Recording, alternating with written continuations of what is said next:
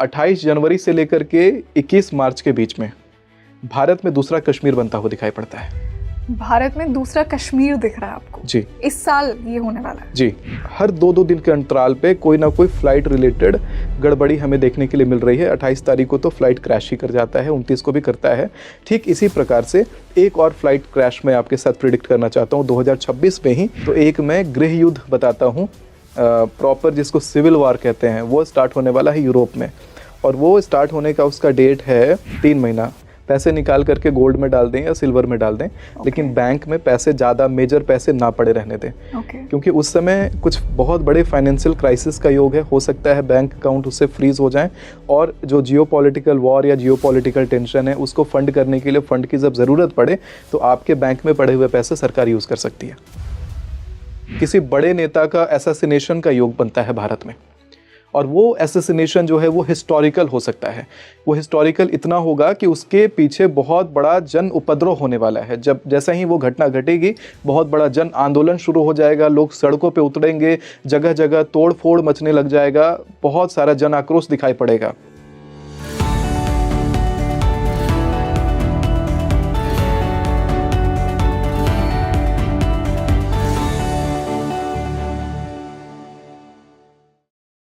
Hi everyone, a very warm welcome on the show and this is your host rangoli Sharma. देखिए, आज का podcast आपको 2026 के लिए कुछ ऐसे बड़े प्रेडिक्शंस देने वाला है जिसको सुनकर आप बहुत ज़्यादा चौंकने वाले हैं, आई एम श्योर। और सिर्फ 2026 तक ही नहीं, आने वाले कुछ सालों के लिए बहुत बड़े प्रेडिक्शंस आज के हमारे गेस्ट ने किए हैं। And you know what makes it more different कि ये प्रेडिक्शंस उन्होंने डेट वाइज किए हैं कि ग्लोबल शिफ्ट उन्हें क्या होता दिख रहा है, पॉलिटिकल सिचुएशन कंट्री में क्या होगा, ग्लोबली क्या होगा, इन्वेस्टमेंट आपको कब करना चाहिए। कुछ ऐसी त्रासदियाँ भी उन्होंने प्रेडिक्ट की हैं कि कब एक बड़ा भूकंप आपको दिख रहा है, कब कोई और प्लेन क्रैश होता हुआ उन्हें दिख रहा है। ऐसे कुछ प्रेडिक्शंस आज के इस पॉडकास्ट में हमारे गेस्ट ने किए हैं। सो आई एम श्योर कि आपको बहुत ही चौंकाने वाले प्रेडिक्शंस आज मिलने वाले हैं। बट ये पॉडकास्ट शुरू करने से पहले मैं आपको बता दूं कि ये एक जनरल एस्ट्रोलॉजी एनालिसिस है जो कि ग्रहों और नक्षत्रों के बेसिस पे आज हमारे गेस्ट ने हमारे साथ किया है। इस पॉडकास्ट का इंटेंशन किसी को डराना नहीं है या फिर कुछ नेगेटिव इन्फॉर्मेशन आप तक पहुंचाना नहीं है। और इसी डिस्कशन के लिए मैं एक ऐसे गेस्ट का स्वागत करना चाहूँगी जिन्होंने पहले भी ऐसे प्रेडिक्शन किए हैं और उनके प्रेडिक्शन सच भी हुए हैं। Renowned astrologer Sumit Acharya ji. Sumit, a very warm welcome on the show. Such a pleasure to have you back on the show today. और पिछली बार जो हमने पॉडकास्ट किया था, आई थिंक आप अपने प्रेडिक्शंस के लिए बहुत ज़्यादा वायरल हैं और आपके बहुत से प्रेडिक्शंस जो आपने पुराने पॉडकास्ट पे किए थे काफ़ी सही हुए उनमें से। तो आज का ये जो पॉडकास्ट है इसकी फाउंडेशन मैं यही रख रही हूँ कि आने वाले कुछ सालों में हमें स्पेसिफिकली इंडिया के लिए क्या कुछ देखने को मिल रहा है, और ये मैं इस बेसिस पर आपसे जानना चाहूँगी कि क्या ग्रहों नक्षत्रों की पोजीशन है जो कि इतने हैवॉक का कारण बन रही है।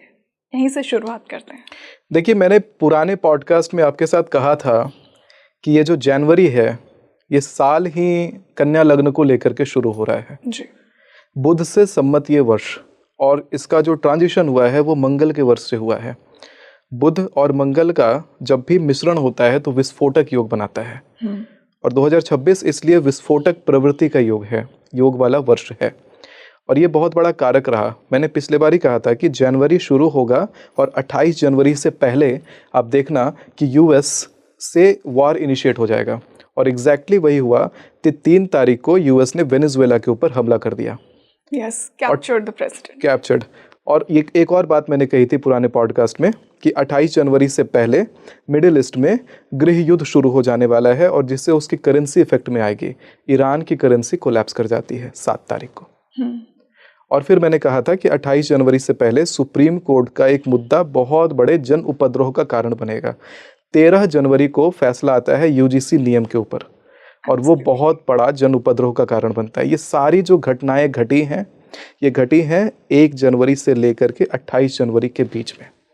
और वहीं एक बड़ी प्रेडिक्शन आती है कि 28 जनवरी से लेकर के 27 फरवरी तक मैंने कहा था अपने अपने फ्लाइट टिकट सब कैंसिल कर दें। हवाई यात्रा के लिए सबसे खराब योग है। और वही होता है। 28 जनवरी की सुबह 8:30 बजे न्यूज़ आता है कि महाराष्ट्र में उत्तर के पूरब की तरफ जाता हुआ विमान जैसे ही उत्तर अलाइंड होता है विमान थम से गिर जाता है। जो बात मैंने एग्जैक्ट कहा था कि north eastern aligned plane will fall down, और वो गिर जाता है, और उसमें महाराष्ट्र के डिप्टी सीएम अजीत पवार जी का निधन हो जाता है, जो एक बहुत दुखद खबर हमें प्राप्त होती है। इसके साथ ही आपने देखा होगा ठीक अगले दिन मेरे पास काफ़ी सारे लोगों ने कमेंट करा कि आपकी भविष्यवाणियों को सुन करके मैंने कोलंबिया का अपना फ़्लाइट टिकट कैंसिल कर दिया था, और वो पूरी फैमिली जब बच गई जिंदा तो मेरे कमेंट में आकर के धन्यवाद बोल रहे थे कि मैंने आपकी प्रिडिक्शन को सुन करके मैंने अपना फ़्लाइट टिकट कैंसिल किया। 29 तारीख को कोलंबिया में प्लेन क्रैश होता है, और ठीक अगले दिन प्लेन का पहिया निकल आता है, और उसके ठीक अगले दिन आपने देखा कि महाराष्ट्र में मुंबई में 2 प्लेन 6E791 इंडिगो और एयर इंडिया का प्लेन आपस में टकराते हैं। थोड़ा सा अगर आगे बढ़ जाते हैं तो दोनों ब्लास्ट होते हैं और ज़बरदस्त क्षति होती। जान तो बच गई लोगों की, लेकिन ये अस्थिरता सिग्नलिंग है कि अपने अपने फ़्लाइट टिकट आप कैंसिल करते जाएं। लोगों के पास अभी भी मौका है। ये वीडियो अपने उन फैमिली ग्रुप्स को भेजें जो अभी फ़्लाइट से यात्रा करने के बारे में सोच रहे हों, और तुरंत वो अपनी टिकट्स को कैंसिल करके घर पे बैठे। आपको कौन सा समय एग्जैक्टली ऐसा लग रहा है कि इन महीनों में तो फ्लाइट ट्रैवल्स अवॉइड ही करने चाहिए व्यूअर्स को? देखिए, महीने नहीं है इसमें कुछ स्पेसिफिक दिनों का गैप है। स्पेशली जो 28 जनवरी से 27 फरवरी का टाइम है, ये वाला है। इस पे इंडिगो एयरलाइंस का एक बड़ा एक्शन आपने देखा होगा कि इंडिगो ने अपनी 5000 अंतर्राष्ट्रीय विमानों को ग्राउंडेड कर दिया। मैंने ये बात कही थी कि अपने प्लेन्स को ग्राउंड करना पड़े तो आप कर दो, बिल्कुल ख़राब योग है। और उनको भी क्षति होने लगी, सभी एयरलाइन इंडस्ट्री वालों को क्षति होने लगी। बहुत भारी मात्रा में टिकट्स कैंसिल हुए, लोग ऑपरेट नहीं कर पा रहे हैं बिना पैसेंजर्स के फ़्लाइट्स। इंटरनेशनल खास करके बहुत ज़बरदस्त कैंसिल हुए इंडिया में, और बड़ा अच्छा ये रिस्पांस मुझे दिखा कि इंडिगो ने एटलीस्ट रिस्पॉन्सिबली काम किया। कारण ऑफिशियल वो कुछ भी दे दें, हो सकता है कि अंधविश्वास मानते हुए वो ऐसे कारण नहीं देंगे कि एस्ट्रोलॉजिकल प्रेडिक्शन के कारण I am cancelling. They are saying कि टेक्निकल डिफ़िकल्टी के कारण हम लोग फ़्लाइट नहीं उड़ाएंगे, या ईरान कॉन्फ्लिक्ट करें, या सॉफ्टवेयर अपडेट करें। कारण चाहे जो भी दे रहे हैं, एग्जैक्ट वो 27 तारीख तक अपने फ़्लाइट्स को ग्राउंड कर रहे हैं, 28 तारीख से ऑपरेट करने वाले हैं। तो ये एक बड़ा मूव देखने के लिए मिला। तो जैसा आपने देखा कि ये जो एक फ़्लाइट क्रैश का प्रेडिक्शन मैंने करा था 28 जनवरी से 27 फरवरी वाला, इसमें हर 2-2 दिन के अंतराल पे कोई ना कोई फ़्लाइट रिलेटेड गड़बड़ी हमें देखने के लिए मिल रही है। 28 तारीख को तो फ़्लाइट क्रैश ही कर जाता है, 29 को भी करता है। ठीक इसी प्रकार से एक और फ़्लाइट क्रैश मैं आपके साथ प्रेडिक्ट करना चाहता हूँ 2026 में ही। 16 जून से 14 जुलाई के बीच में आप सभी अपने अपने फ़्लाइट टिकट कैंसिल कर दें। उस समय फ्लाइट क्रैश का जबरदस्त योग है। 16 जून टू 14th ऑफ जुलाई, 16 जून से 14 जुलाई तक 2026 में एक और आपको ऐसा ही प्लेन क्रैश होता जी हाँ, एक और प्लेन क्रैश का योग है। और एक और प्लेन क्रैश का ही नहीं, उस समय भी रिपीटेड फ्लाइट्स में गड़बड़ी आने का योग है। रिपीटेड मतलब हो सकता है एक क्रैश कर गया, फिर अगला क्रैश कर जाए। उस समय बार बार फ्लाइट्स आपस में टकराने का योग, उस समय फ्लाइट्स में तुरंत गड़बड़ी आने का योग, हवा में गड़बड़ी आ जाए, ज़मीन पर लैंडिंग के समय गड़बड़ी आ जाए। मैंने ये भी देखा कि प्लेन्स लैंड कर रही हैं, रनवे पे स्किड कर जा रही हैं, प्लेन्स लैंड कर रही हैं, वापस टेक ऑफ करके दोबारा लैंडिंग कर रही हैं।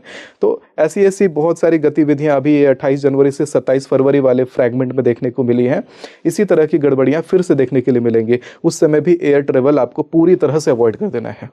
मेरा कहीं से कोई इंटरेस्ट इसमें नहीं है, क्योंकि एयरलाइन वाले ऐसा कहते हैं कि आप हमारे शेयर गिरा रहे हो, आप हमें नुकसान पहुंचा रहे हो।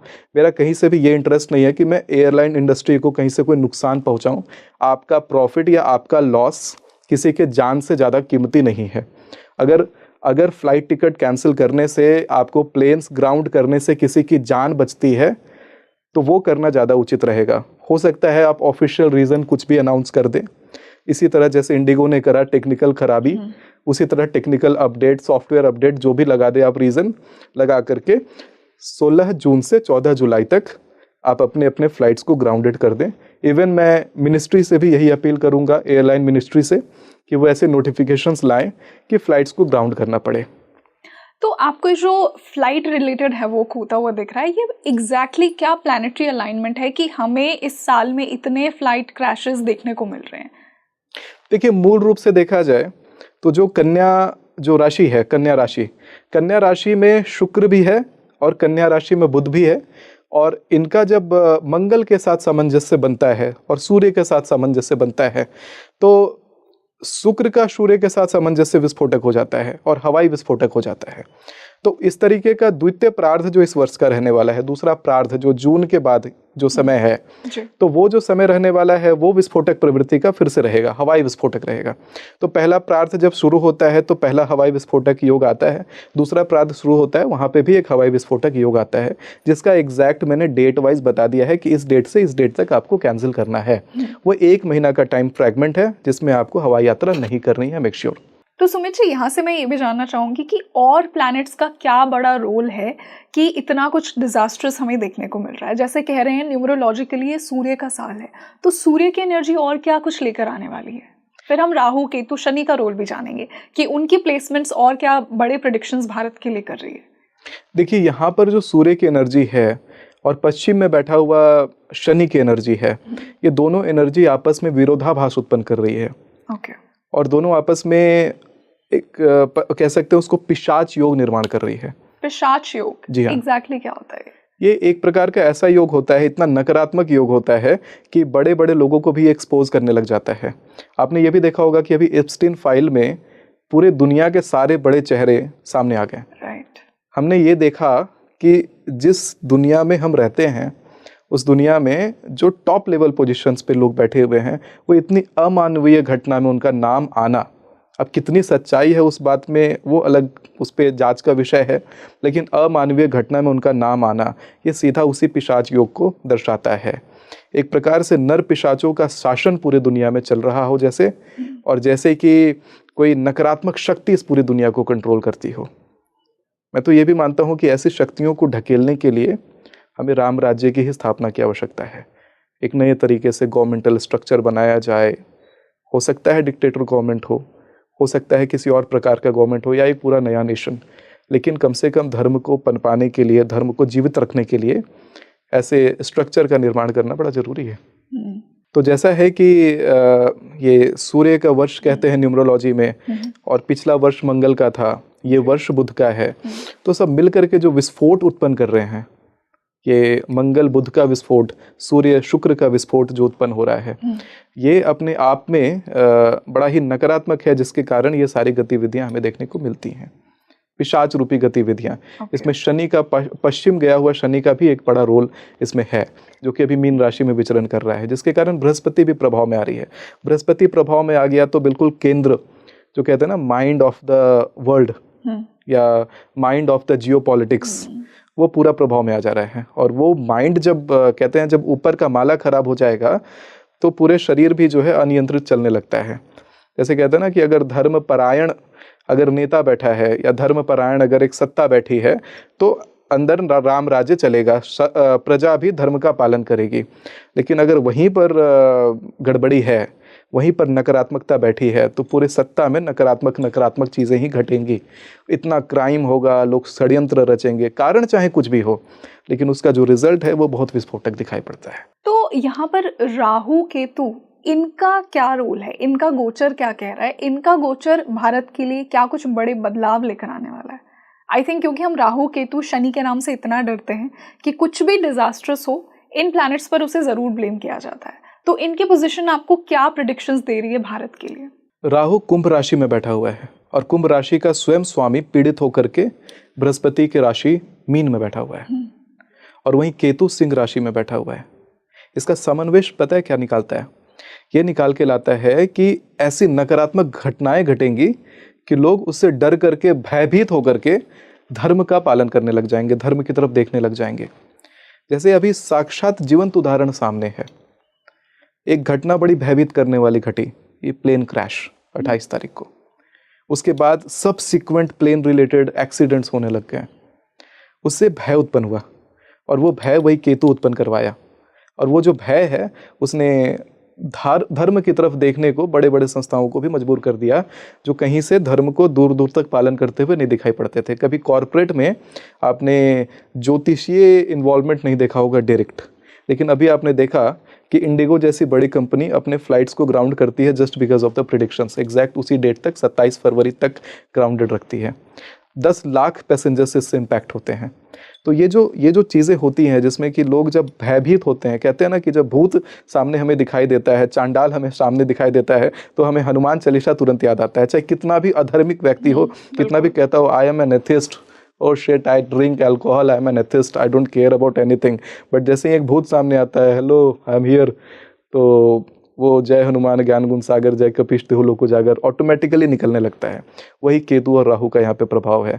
बहुत सारे विस्फोट करवाएगा, बहुत सारा युद्ध लड़वाएगा, हर जगह केओस फैलाएगा, और उस केओस से लोग जो है घबरा करके धर्म को पालन करने लग जाएंगे। आपने कहा कि केतु युद्ध करवाएगा, कब होता हुआ दिख रहा है आपको ये युद्ध? इसकी प्रेडिक्शन क्या है आपके अकॉर्डिंग? ऐसे देखा जाए तो युद्ध जो है ये पूरा वर्ष ही विस्फोटक है अपने आप में। तो 3 जनवरी, जैसा मैंने पहले ही कहा था कि 1 जनवरी से 28 जनवरी के बीच में हमले होंगे, यूएस के द्वारा होगा, ये मिडिल ईस्ट में जो चीज़ें होंगी, करेंसी कोलैप्स वगैरह, वो चीज़ें हुई। लेकिन अगर प्रॉपर देखा जाए कि वॉर कब इनिशिएट होता हुआ दिखता है, तो एक मैं गृह युद्ध बताता हूँ, प्रॉपर जिसको सिविल वॉर कहते हैं, वो स्टार्ट होने वाला है यूरोप में। और वो स्टार्ट होने का उसका डेट है 13 अगस्त से लेकर के 11 सितंबर के बीच में। यूरोप में गृह युद्ध जैसी स्थिति स्टार्ट होगी। यूरोपियन नेशंस आपस में क्लैश कर रहे होंगे, और वो एक ट्रिगर पॉइंट होगा बड़े वॉर का, जिसको हम कह सकते हैं कि वर्ल्ड वॉर, या कह सकते हैं एक बहुत बड़ा वॉर जिसमें इंटरनेशनली इन्वॉल्वमेंट हो बड़े बड़े कंट्रीज की। उसमें बड़े बड़े कंट्रीज के गुट बना करके और आपस में वॉर कर रहे होंगे, लड़ रहे होंगे। डेट बताई आपने इसकी डेट जो है वो निकल करके आती है 13 अगस्त से लेकर के 11 सितंबर 2026। इंडिया का क्या रोल दिख रहा है आपको इस वॉर के अंदर? इंडिया का रोल यहाँ पर एक गुरु के समान दिखता है। एक गुरु के समान यहाँ पर इन्वॉल्व होता हुआ इंडिया उसमें दिखाई पड़ता है। लेकिन इंडिया के अंदर भी चीज़ें कोई खास अच्छी नहीं रहने वाली हैं। यहाँ पे बार बार आतंकी गतिविधियाँ होने वाली हैं। बहुत सारे आतंकी इस बार पकड़े जाने वाले हैं। बहुत सारे बड़े आतंकी एक्टिविटीज़ होने वाली, जिसके मैं एग्जैक्ट डेट्स आपको बताऊँगा कि कब आतंकवादी पकड़े जाएंगे, किस डेट से किस डेट के बीच में आतंकी घटनाएँ घटेंगी, किस डेट से किस डेट के बीच में कहाँ विस्फोट होगा, कैसा विस्फोट होगा, क्या होगा। ये सारी बातें अभी हम पॉडकास्ट में आगे भी करेंगे, जब मैं अपनी डेट वाइज प्रेडिक्शन पर आऊँगा उसमें। ओके। आपने इससे पहले कि हम डेट वाइज प्रेडिक्शन पर चलें भारत के लिए जी, कि क्या कुछ मेजर होने वाला है इस साल, आपने एक बहुत इंपॉर्टेंट बात मुझे कही थी, बैंकिंग इंडस्ट्री, फाइनेंशियल इंडस्ट्री बहुत ज़्यादा इन्फ्लुएंस होने वाली है इस साल। उस पर मैं थोड़ा और जानना चाहूँगी कि कौन से ग्रहों की क्या पोजीशन है जो कि बैंकिंग सेक्टर को बहुत ख़राब कर रही है। देखिए, मार्च, अप्रैल और मई का महीना हो सके तो बैंक में से अपने सारे पैसे निकाल लें। मार्च, अप्रैल और मई, या 3 महीना पैसे निकाल करके गोल्ड में डाल दें या सिल्वर में डाल दें। लेकिन बैंक में पैसे ज़्यादा मेजर पैसे ना पड़े रहने दें। क्योंकि उस समय कुछ बहुत बड़े फाइनेंशियल क्राइसिस का योग है। हो सकता है बैंक अकाउंट उससे फ्रीज हो जाएं, और जो जियोपॉलिटिकल वॉर या जियोपॉलिटिकल टेंशन है उसको फंड करने के लिए, फंड की जब ज़रूरत पड़े तो आपके बैंक में पड़े हुए पैसे सरकार यूज़ कर सकती है। तो मेक श्योर कि अपने बैंक्स में पैसे नहीं रखने हैं, मेजर पैसे निकाल लें। क्योंकि पता है जब भी इस तरह की वॉर लाइक सिचुएशंस उत्पन्न होती हैं तो वहाँ पर सबसे पहले जब हमें गोल्ड रिजर्व्स की ज़रूरत पड़ती है तो सिटीज़न का पैसा ही सरकार पकड़ती है। तभी सिटीज़न फिर गरीब हो जाते हैं और पूरे देश में भुखमरी आ जाती है। तो अच्छा होगा कि गोल्ड का रिजर्व अपने पास बढ़ाएं, अपने पास सिल्वर का रिजर्व बढ़ाएं। इन केस अगर करेंसी कोलैप्स का भी योग आता है कहीं पे भी, तो वहाँ पर आपका गोल्ड और सिल्वर ही आपका काम आएगा। क्योंकि बाकी के जो रुपए हैं वो बस महज कागज के टुकड़े हो जाते हैं। तो क्या आपको वो करेंसी कोलैप्स का योग दिख रहा है? एक बड़ा करेंसी कोलैप्स का योग हालांकि भारत में तो तुरंत का नहीं दिखता, बैंकिंग सेक्टर इन्फ्लुएंस होता हुआ जरूर दिखता है। लेकिन बड़ा करेंसी कोलैप्स का जो योग है वो भारत के उत्तरी भाग में जो कंट्रीज़ हैं, जैसे कि कजाकिस्तान, उज़्बेकिस्तान, तुर्कमेनिस्तान, किर्गिज़स्तान और तजिकिस्तान, इन कंट्रीज़ में करेंसी कोलैप्स होता हुआ दिखाई पड़ता है 18 अप्रैल से 16 मई के बीच में। यही 18 अप्रैल 2026 से 16 मई 2026 के बीच में इन कंट्रीज़ में से किसी एक कंट्री में करेंसी पूरी तरह शटडाउन, कोलैप्स, बिल्कुल ज़ीरो पे आती हुई दिखाई पड़ती है। ज़बरदस्त करेंसी कोलैप्स का योग है। और भारत के अंदर बैंकिंग क्राइसिस का योग आता है यही 3 महीने। तो आपको 3 महीने बैंकों में पैसे नहीं रखने हैं। अब इसमें भी लोग कहेंगे कि आपने पहले एयर इंडस्ट्री खाई, अब आप बैंकिंग इंडस्ट्री खाओगे, शेयर गिराओगे। मेरा ऐसा कोई इंटेंशन नहीं है कि मैं किसी इंडस्ट्री का शेयर गिराऊं।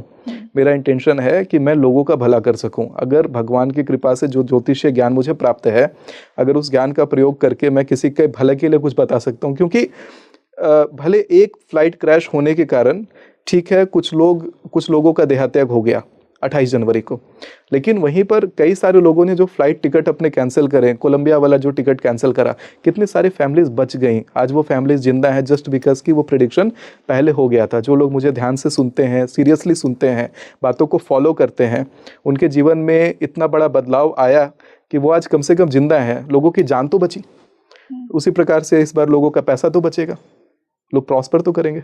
सुमित, यहाँ से मैं ये भी जानना चाहूँगी कि जो लोग इन्वेस्ट करना चाह रहे हैं तो उनके लिए बेस्ट इंडस्ट्रीज कौन सी हैं, किस समय उन्हें इन्वेस्ट करना चाहिए, कौन से मेटल्स में इन्वेस्ट करना चाहिए।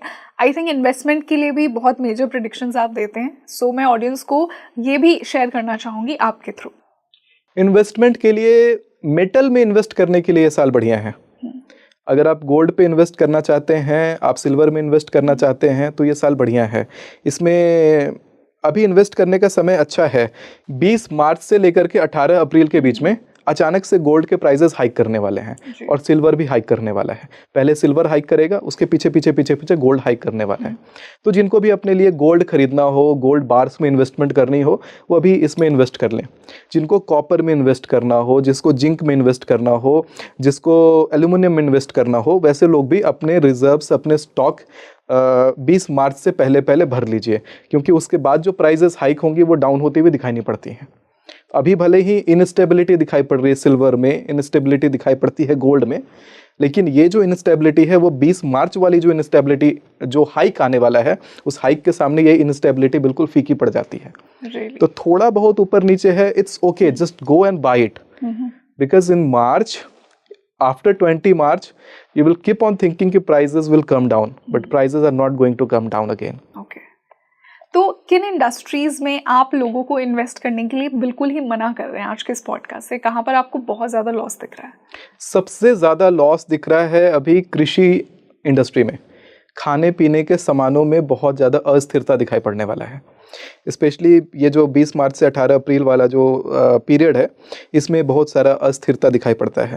हालांकि शेयर मार्केट में जो इन्वेस्टमेंट करना चाहते हैं वो भी 20 मार्च से पहले शेयर मार्केट में इन्वेस्ट करते हैं, तो 20 मार्च से 18 अप्रैल के बीच में शेयर मार्केट अचानक से उछाल मारने वाला है, उसमें वो लोगों को बड़ा फ़ायदा होगा। लेकिन 18 अप्रैल से पहले एग्जिट भी हो जाना है कि शेयर मार्केट में इन्वेस्ट करने वाले लोग 20 मार्च से पहले इन्वेस्ट करें और 18 अप्रैल से पहले एग्जिट हो जाएं।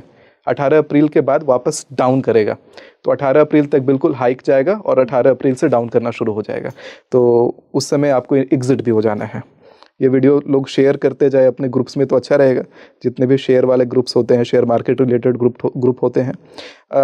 नशीले जो पदार्थ होते हैं जैसे टोबैको है, या फिर जो चाय का प्रोडक्ट हो गया, कॉफ़ी इत्यादि जैसा प्रोडक्ट हो गया, जो ऐसी इंडस्ट्री में इन्वेस्ट करते हैं, एक्सपोर्टर्स जो हैं इसमें कंटेनर बाय करते हैं, तो वैसे इन्वेस्टमेंट से लोग अभी बचेंगे इस पीरियड में। 20 मार्च से 18 अप्रैल वाले पीरियड में वो इसलिए बचेंगे कि इस पीरियड में अचानक से इसकी प्राइजेस में फ्लक्चुएशन आएगा, जिसके कारण आपको भारी नुकसान होगा।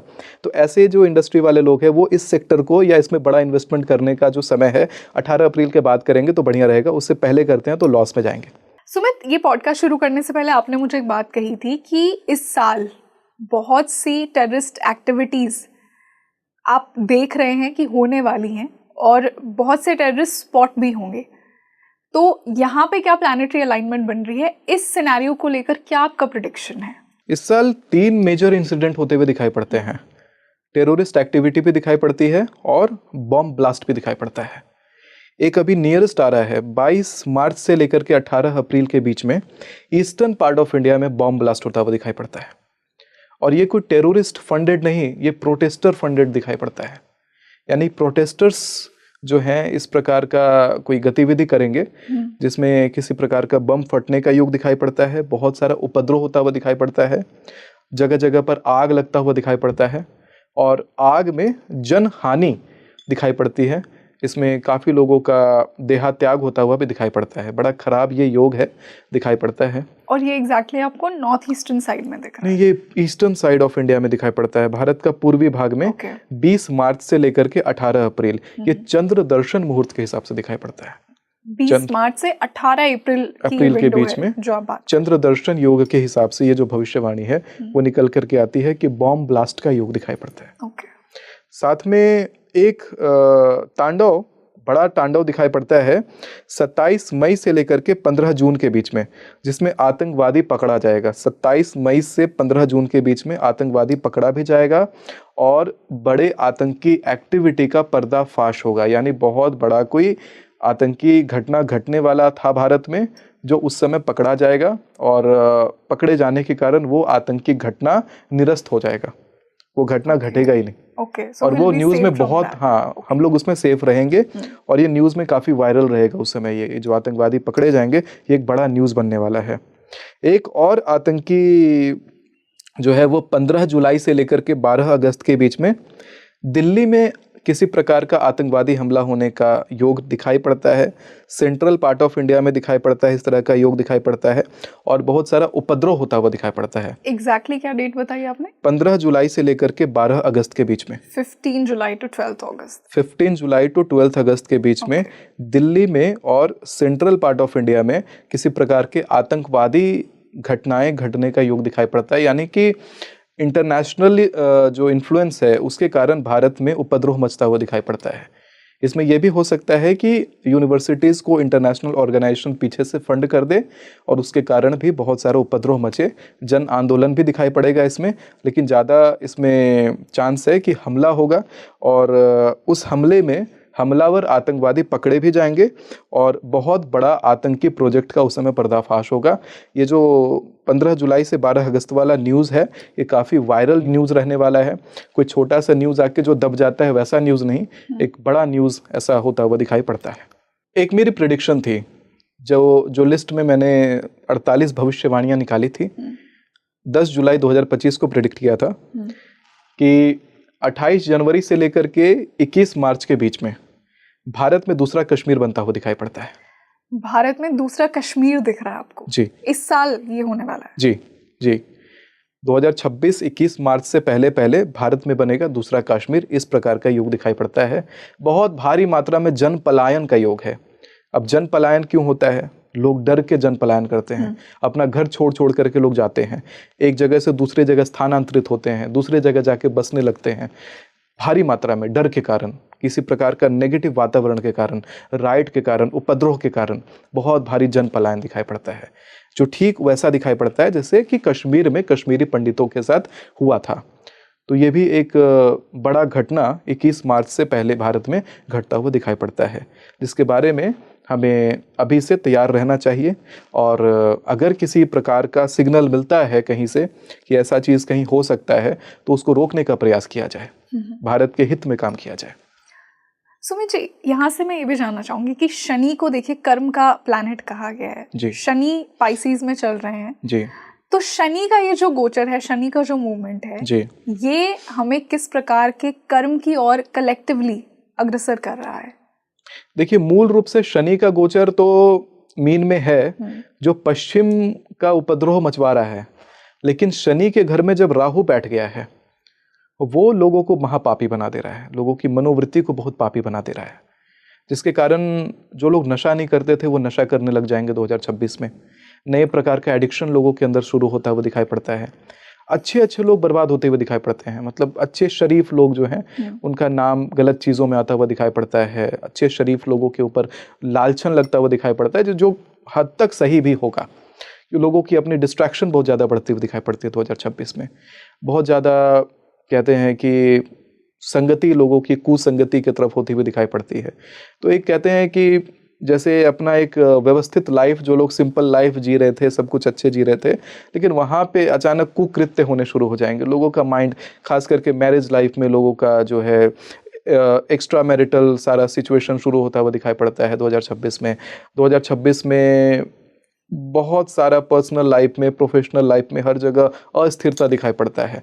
ये राहु करवाने वाला है शनि के घर में बैठ करके। जो लोग पहले बिल्कुल कह सकते हैं धर्मपरायण रहे हों, उनके अंदर आंतरिक वासना का अचानक से उछाल होता हुआ दिखाई पड़ता है। ये पूरा 2026 में आपको ये युति, ये योग जो है, ये 5 दिसंबर 2026 तक आपको दिखाई पड़ने वाला है, जिसमें बहुत सारी चीज़ें होंगी। जैसा मैंने बोला कि ये एक बड़ा कारण भी होगा कि बहुत सारी एक्टिविटीज़ देश में, बहुत सारा उपद्रव मच रहा होगा देश में। उपद्रव केवल देश में बड़े पैमाने पे नहीं, बहुत माइक्रो लेवल पे भी जो फैमिलीज़ के अंदर है वहाँ पे भी उपद्रव मचता हुआ दिखाई पड़ता है। 5 दिसंबर 2026 तक हो सके तो भगवान के शरण में रहें, ज़्यादा हो सके जितना हो सके पूजा पाठ करें, भगवान की भक्ति करें, भक्ति पर ध्यान दें, तो जाकर के ऐसी चीज़ों से बच सकते हैं। सुमित जी, जैसे ही हमने इस ईयर में एंट्री ली, पंचग्रही योग हमें जनवरी में देखने को मिला, जो कहीं ना कहीं फरवरी तक कंटिन्यू होगा। तो ये जो पंचग्रही योग है, ये क्या कुछ लेकर आ रहा है?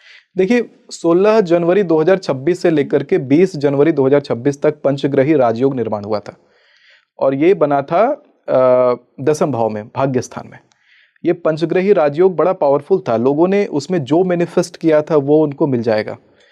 मैंने पहले ही बोला था कि आपको अपने थॉट्स पर काबू रखना है, नकारात्मक वातावरण में नहीं रहना है। लेकिन सबसे बड़ी नकारात्मकता तो यही हो गई कि पंचग्रही राज्यों के आने से पहले 3 बड़ी घटनाएं घट गई। कि एक तो अमेरिका ने हमला कर दिया वेनेजुएला के ऊपर, दूसरी घटना घट गई कि करेंसी कोलैप्स हो गई ईरान की और वहाँ पर भी गृह युद्ध शुरू हो गया, और तीसरी घटना यूजीसी का कानून। इन तीनों घटनाओं ने लोगों का मैनिफेस्टेशन पूरा हिला दिया, जिसके कारण अब हमारी जो पूरी सरकार है ये अस्थिर दिखाई पड़ती है। बहुत बड़े बड़े पॉलिटिकल शिफ्ट 2026 में होने वाले हैं, जो हमने कभी सोचे भी नहीं होंगे। बड़े पॉलिटिकल शिफ्ट होने वाले हैं। आप समझिए कि सरकार ढहने के कगार पे ऐसा होता हुआ कुछ दिखाई पड़ता है। पॉलिटिकल कोलैप्स दिखाई पड़ता है। 18 अप्रैल से 16 मई के बीच में मिडिल ईस्ट में सत्ता परिवर्तन हो जाएगा। अचानक से वहाँ की जो मौजूदा सरकार है वो गिर जाएगी और वहाँ पर दूसरी सरकार आएगी। ये एग्जैक्टली होगा जो मैंने डेट बोला, 18 अप्रैल से 16 मई के बीच में। ये 16 मई से 17 मई नहीं जाएगा, 16 मई तक ही, 16 मई के अंदर ही हो जाएगा ये घटना। 18 अप्रैल से 16 मई के बीच में मिडिल ईस्ट में सरकार गिर जाएगी और नई सरकार वहाँ पे बनेगी। सत्ता पलट, सत्ता परिवर्तन, ये एक बड़ा भविष्यवाणी है, समझिए आप। और इसके साथ ही 16 जून से 14 जुलाई के बीच में किसी बड़े नेता का असैसिनेशन का योग बनता है भारत में। और वो असैसिनेशन जो है वो हिस्टोरिकल हो सकता है। वो हिस्टोरिकल इतना होगा कि उसके पीछे बहुत बड़ा जन उपद्रव होने वाला है। जब जैसा ही वो घटना घटेगी, बहुत बड़ा जन आंदोलन शुरू हो जाएगा, लोग सड़कों पे उतरेंगे, जगह जगह तोड़ फोड़ मचने लग जाएगा, बहुत सारा जन आक्रोश दिखाई पड़ेगा। और उसी पीरियड में मैंने लोगों को फ्लाइट लेने से भी मना करा हुआ है कि उस 1 महीने के पीरियड में फ्लाइट नहीं लेना था। और फ्लाइट में भी किसी बड़े पॉलिटिशियन का देहात्याग का योग आता है।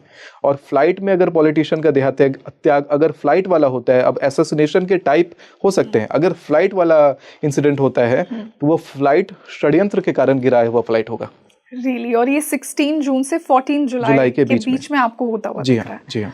तो सुमित, आज के इस पॉडकास्ट से अगर मैं आपके साथ कंक्लूड करूं डेट वाइज प्रेडिक्शंस की इस साल क्या कुछ भारत में होने वाला है अकॉर्डिंग टू डेट्स, जो कि आप हमेशा जो प्रेडिक्शंस करते हैं और उनमें से बहुत से सच भी जाते हैं। सो लेट्स सी कि इस साल के लिए आप कौन सी डेट्स को ये चीज़ें होते हुए दिख रही हैं आपको।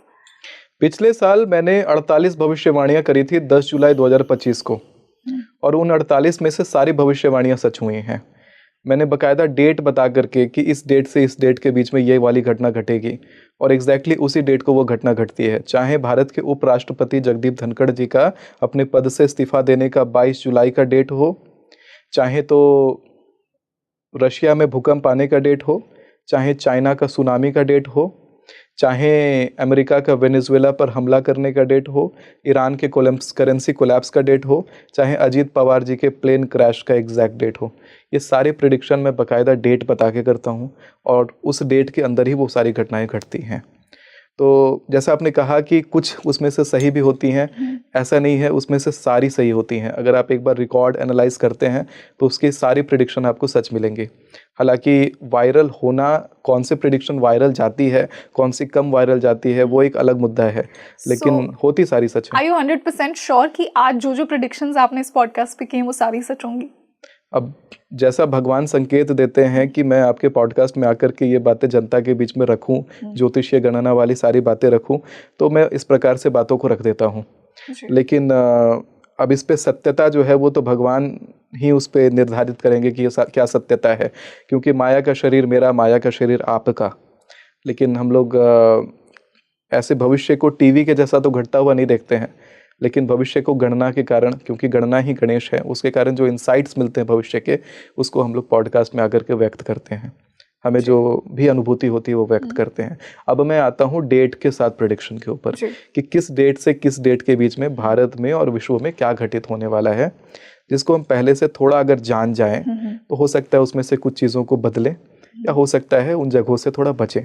और ये 2026 के लिए है। 2026 में कौन सी ऐसी डेट्स हैं जिस दिन ये मेजर इवेंट्स होंगे जो कि सुमित आज हमारे पॉडकास्ट पर प्रेडिक्ट कर रहे हैं? जी हाँ, तो पहला मैं डेट स्टार्ट करता हूँ 20 मार्च से 18 अप्रैल के बीच में।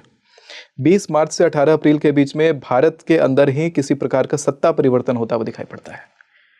यानी भारत सरकार के अंदर ही कोई बड़े नेता अपने पद से हटते हुए दिखाई पड़ते हैं और कोई और नेता वहाँ पर आते हुए दिखाई पड़ते हैं।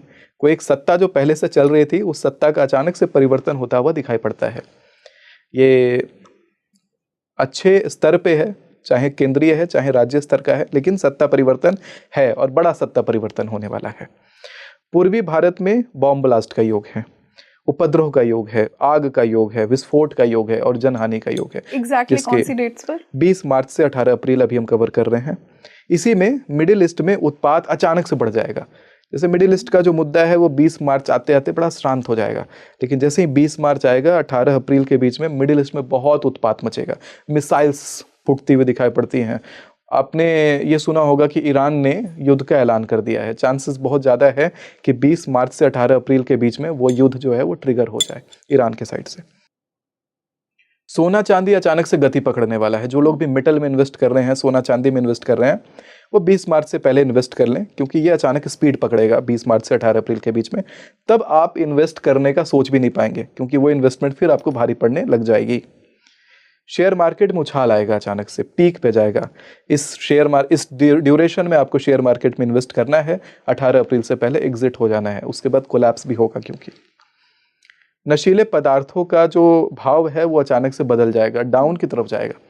जितने भी टोबैको है, चाय है, कॉफ़ी है, जो भी चीज़ों में थोड़ा भी नशा है, शराब है जिसमें थोड़ा भी नशा है, इन चीज़ों का जो मार्केट है वो अचानक से कोलैप्स करता हुआ दिखाई पड़ता है। इसके भाव बहुत अनस्टेबल रहेंगे। अचानक ऐसे बढ़ गया और अचानक बिल्कुल धम से नीचे गिरेगा, जैसे चांदी के साथ हो रहा था। बबल बनेगा और बबल फूटेगा, तो उस बबल के ट्रैप में आपको फंसना नहीं है, उससे बाहर ही रहना है। इसके साथ में मेटल में निवेश करना अच्छा है। आप मेटालिक चीज़ों में इस बार निवेश करते हैं 18 अप्रैल से पहले, बड़ा फ़ायदा होगा। इसके साथ में अगले डेट को आता हूँ 18 अप्रैल से लेकर 16 मई के बीच में। तो 18 अप्रैल से 16 मई के बीच में देखेंगे तो भारत में इंपोर्ट एक्सपोर्ट का नया नियम आने वाला है। और इंपोर्ट एक्सपोर्ट का नया नियम आएगा, जिसके कारण भारत का जो एक्सपोर्ट इंडस्ट्री है उसमें बड़ा अच्छा इजाफा होने वाला है, उसमें फ़ायदा होने वाला है भारत को। भारत की इकोनॉमिक वेल्थ उस समय बढ़ेगी। जो हम जीडीपी की बात करते हैं, जो ये इकोनॉमी की बात करते हैं, वो इकोनॉमी में भारत राइज करने वाला है इस 18 अप्रैल से लेकर 16 मई वाले पीरियड में। मैं एक भूकंप प्रिडिक्ट करना चाहता हूँ 18 अप्रैल से लेकर के 16 मई के बीच में। ये जो मंगोलीय प्रांत है, जैसे चीन, रशिया और मंगोल का जो क्षेत्र है, इस क्षेत्र में बहुत शक्तिशाली भूकंप आने वाला है। 18 अप्रैल से 16 मई के बीच में रशिया में, चीन में, मंगोलिया में बहुत शक्तिशाली भूकंप आएगा। इसका जो क्षेत्र है, जो पूर्वी उत्तरी क्षेत्र है भारत के पीछे का, उस क्षेत्र में बहुत शक्तिशाली भूकंप आएगा। काफ़ी सारे देश उस भूकंप से प्रभावित होते हुए दिखाई पड़ते हैं। काफ़ी ज़्यादा जनहानि होगी उसमें। उत्तराखंड में बड़ा लैंडस्लाइड का उस समय योग आता है 18 अप्रैल से 16 मई के बीच में। और भारत के उत्तर में currency collapse, Kazakhstan, Uzbekistan, Turkmenistan, Kyrgyzstan और ताजिकिस्तान, इन कंट्रीज़ में से किसी एक कंट्री का करेंसी कोलैप्स करने का योग आता है। पाकिस्तान में अचानक से महंगाई बढ़ जाएगी इस बार फिर से। ये बड़ा न्यूज़ बनेगा, जैसे आटा वाला मीम्स बनता था पाकिस्तान का, इस बार फिर से ऐसा कुछ बनेगा। 18 अप्रैल से 16 मई के बीच में पाकिस्तान में अचानक से महंगाई बढ़ेगी और वो एक कॉमेडी मीम्स बनने का पात्र बनेगा। हमारे पास अच्छे अच्छे फनी मीम्स आएंगे पाकिस्तान के महंगाई को लेकर के। मिडिल ईस्ट में सत्ता परिवर्तन हो जाएगा। जो अभी से सत्ता है मिडिल ईस्ट के अंदर में, वो सत्ता अचानक से बदल जाएगी और खाने पीने की जो चीज़ें हैं वो महंगी होते हुए दिखाई पड़ती हैं। इस समय सोना और चांदी स्थिर रहेगा। जो मैंने बोला था कि आप सोना चांदी में इन्वेस्ट कर लें 18 अप्रैल से पहले 18 अप्रैल के बाद 16 मई तक सोना चांदी जिस भी स्केल को पकड़ेगा वहाँ पे स्थिर रहेगा। मतलब हाइक पे जाएगा और हाइक पे आके स्थिर रहने वाला है, गिरेगा नहीं। इसीलिए मैंने कहा कि सोना चांदी में इन्वेस्ट करके रखिएगा। 27 मई से 15 जून के बीच में आतंकवादी पकड़ा जाएगा और बहुत बड़ी आतंकवादी साजिश को रोक भी लिया जाएगा। 27 मई से 15 जून के बीच में होगा। 27 मई से 15 जून के बीच में आतंकवादी पकड़ा जाएगा और बड़ी आतंकवादी गतिविधि को भी रोक लिया जाएगा, बड़ा आतंकी एक्टिविटी होने से बच जाएगा। केरला और तमिलनाडु में भारी बाढ़ आएगा और उस बाढ़ से बहुत सारे लोगों को क्षति होगी, बहुत सारे लोग मरेंगे बाढ़ के अंदर। ये एग्जैक्टली 27 मई से 15 जून 2026 तमिलनाडु और केरला में बाढ़ का योग है। 27 मई से 15 जून 2026 में ही बॉर्डर पर मिलिट्री एक्शन शुरू हो जाएगा। इंडियन बॉर्डर, जो बॉर्डर एरियाज हैं वहाँ पे मिलिट्री एक्शन शुरू होगा, वहाँ पे उपद्रव बढ़ेगा। 16 जून से 14 जुलाई के बीच में जम्मू कश्मीर में भारी विरोध स्टार्ट होगा, हिंसा होगा, सैन्य संघर्ष होगा। 16 जून टू 14 जुलाई जी। जम्मू कश्मीर में भारी विरोध, प्रोटेस्ट शुरू होगा। केंद्र सरकार के खिलाफ का वो प्रोटेस्ट होगा और वो प्रोटेस्ट जो है वो हिंसा में बदलेगा। जो आपने कहा था कि भारत में 2 कश्मीर आपको बनते हुए, ये दूसरा है। ये 21 मार्च तक वाला जो है भारत में 2 कश्मीर वाला है, ये तो एग्जैक्ट कश्मीर में ही ऐसा होने वाला है। और वहाँ पर सैन्य संघर्ष भी होगा, वहाँ पर सेना का भी जो है संघर्ष होगा, सेना लड़ेगी वहाँ पे बकायदा, किसी प्रकार का लड़ाई होता हुआ कश्मीर में दिखाई पड़ता है। बंगाल, बिहार, झारखंड में हड़ताल होगा और 16 जून से 14 जुलाई के बीच में 16 जून से 14 जुलाई के बीच में कोई बड़ा नेता हमारे बीच नहीं रहेगा। किसी बड़े लेवल पे असैसिनेशन का योग है। केंद्र सरकार से संबंधित नेता भी हमारे बीच में नहीं रह सकते हैं। कोई ऐसा योग बनता है कि ऐतिहासिक एक मोमेंट होगा जब वो नेता हमारे बीच में नहीं रहेंगे, जिसके कारण से जिस घटना के घटने के बाद बहुत सारा उपद्रव मचता हुआ दिखाई पड़ता है, बहुत सारा आंदोलन देश में होता हुआ दिखाई पड़ता है। प्लेन क्रैश में भी उसी ड्यूरेशन में किसी पॉलिटिशियन की मृत्यु होने का योग है 16 जून से 14 जुलाई, जिसमें मैंने कहा अपने फ्लाइट टिकट्स आप 16 जून से 14 जुलाई के बीच में कैंसिल कर देंगे। इसके साथ ही मिडिल ईस्ट में सत्ता परिवर्तन 16 जून से 14 जुलाई के बीच में फिर से होता हुआ दिखाई पड़ता है। तो सुमित जी, हमने आज के इस पॉडकास्ट में इतनी अस्थिरता की बात की जी, कि इतना हमें हैवॉक होता हुआ दिख रहा है जी। आई थिंक एक आम आदमी जब ऐसे प्रेडिक्शन सुनता है तो कहीं ना कहीं एक भय की फीलिंग आएगी मन में जी। तो किस प्रकार खुद को प्रिपेयर किया जाए? एक पॉजिटिव साइड क्या है? आई एम श्योर कि नेगेटिविटी है तो पॉजिटिविटी भी होगी, तो पॉजिटिव ये साल क्या लेकर आ रहा है? और स्पेशली जब ऐसे प्रेडिक्शंस है तो खुद को कैसे प्रिपेयर किया जाए, खुद को कैसे उस सेफ जोन में रखा जाए? देखिए, खुद को सेफ जोन में रखना है तो मैंने पहले से आगाह किया लोगों को कि इस ड्यूरेशन में आपको सतर्क रहना है। अगर मैंने कहा फ्लाइट्स नहीं लेना है तो घर पे बैठना है, ट्रेन से जाना है, फ्लाइट्स पे नहीं जाना है। अगर मैंने कहा कि एक मैं और प्रेडिक्शन के साथ आपको बताता हूँ, 18 अप्रैल से 16 मई के बीच में उत्तराखंड ट्रैवल करने वाले जो लोग हैं वो थोड़ा सा अपनी ट्रैवल को अवॉइड करेंगे। लैंडस्लाइड 16 मई के बीच में लैंडस्लाइड का योग है, उसमें जनहानि होगी, लोग उसमें मरेंगे, इस तरह का योग आता है। तो उस समय उत्तराखंड ट्रैवल अवॉइड कर दें। तो ऐसी छोटी छोटी प्रिकॉशंस बरतेंगे जब आप, तो आप देखेंगे कि आप स्थिरता से रहेंगे, क्योंकि हमारा काम लोगों में डर उत्पन्न करना नहीं है। जो ज्योतिषीय गणना के कारण जो नकारात्मक घटनाएं घटने वाली हैं भारत में, उन घटनाओं को अगर हम इंसाइटफुल तरीके से भी देख लेते हैं तो उन घटनाओं के बारे में जनता को आगाह करना, ये हमारा कर्तव्य बनता है। Exactly. So, any positive message that you would like to leave for my audience, for our viewers who are watching this podcast, कि वो कैसे खुद की उस इनर शक्ति को एक्टिवेटेड रखें, खुद की इनर पावर को एक्टिवेटेड रखें, कि जब इतना कुछ हो रहा है देश दुनिया में? माँ काली का कवच करना चाहिए। काली माता का जो कवच है वो कवच का पाठ तुरिया संध्या में अष्टमी तिथि से शुरू करके 1 वर्ष तक माता काली का कवच करना चाहिए। अगर आप ये पॉडकास्ट देख रहे हैं तो यही समझिएगा कि माता काली के द्वारा आपको किसी प्रकार का संकेत प्राप्त हो रहा है, और इस संकेत को आपको यूं ही जाने नहीं देना है, क्योंकि इससे पहले जो घटनाओं का प्रूफ है वो पहले हो चुका है। जो घटनाएं घटी हैं वो पहले हो चुकी हैं, और जो आगे घटनाएं घटने वाली हैं उसे मनाते तो यही है कि ऐसा घटित ना हो, क्योंकि नकारात्मक घटनाएं बहुत ज़्यादा हैं, लेकिन इन घटनाओं के होने का जो संभावना है वो बड़ा प्रबल है। हमारे पंचांग शास्त्र के हिसाब से भी, चंद्र दर्शन मुहूर्त के हिसाब से भी, ग्रहों का जो जिस भाव में गोचर हो रहा है उसके कारण भी ये सारी घटनाएं होती हुई दिखाई तो पड़ती हैं। अब इन घटनाओं से हमें अगर बचना है, अपने आप को सुरक्षित रखना है, अपने परिवार को सुरक्षित रखना है, तो माँ काली का कवच करें। माँ काली का ना कर पाए तो दुर्गा कवच का पाठ तो अवश्य करें, क्योंकि वहीं पे कहते हैं गोत्र मिंद्राणी में रक्षेत पशून में रक्षे चंडिके पुत्रान रक्षेन महालक्ष्मीर भार्याम रक्षतु भैरवी। यानी आपके पूरे परिवार और आपके गोत्र की रक्षा करने वाली माँ भगवती हैं। तो माँ भगवती का शरण आपको पकड़ना चाहिए। जब इतना उपद्रव, इतना विस्फोट हो रहा है, वहाँ पे जगत जननी जगदम्बा ही रक्षा करती है। बिल्कुल। एंड आई एम श्योर कि हमारी ऑडियंस उस डिविनिटी से डेफिनेटली कनेक्ट होगी। और जैसा मैंने इंट्रोडक्शन में ही कहा था, ये एक एस्ट्रोलॉजिकल एनालिसिस है। इस पॉडकास्ट का इंटेंशन किसी को डराना, किसी में भय पैदा करना नहीं है। हमने एस्ट्रोलॉजी के हिसाब से कुछ प्रेडिक्शंस किए हैं, and now we'll come back to this podcast to see कि कितना कुछ इसमें से सच होता है। That I will leave to my audience. So thank you so much for joining us today. बहुत बहुत धन्यवाद मुझे अपने शो में आमंत्रित करने के लिए, और भगवान शंकर की कृपा रहे कि लोग बचे रहें, लोग ज्योतिषीय बातों को लाइटली ना लें। इस बार जो धार्मिक बातों का लोहा है वो जनता ने माना है, और उसको अपने मन में कायम रखना है। किसी भी प्रकार का संदेह ज्योतिषीय गणनाओं के ऊपर नहीं करना चाहिए और धार्मिक चीज़ों पर नहीं करना चाहिए, क्योंकि गणना ही गणेश होते हैं। तो जो संकेत आपको दिए जा रहे हैं उनको मानिएगा। नहीं मानते हैं तो उसके लिए एक श्लोक है कि न दृष्टि पूर्वकेन न श्रूयते हेममयी कुरंगी तथापि तृष्ण रघुनंदन से विनाश काले विपरीत बुद्धि। तो विनाश काल की विपरीत बुद्धि होगी फिर आपकी वहाँ पे, कि आप बात नहीं मानते हैं और वो एक्शंस करते हैं जो मना किए गए हैं। जी, इसी के साथ धन्यवाद। So you tell me in the comment section कि आपको आज का ये पॉडकास्ट कैसा लगा, आपको क्या लग रहा है, इनमें से क्या क्या होने वाला है।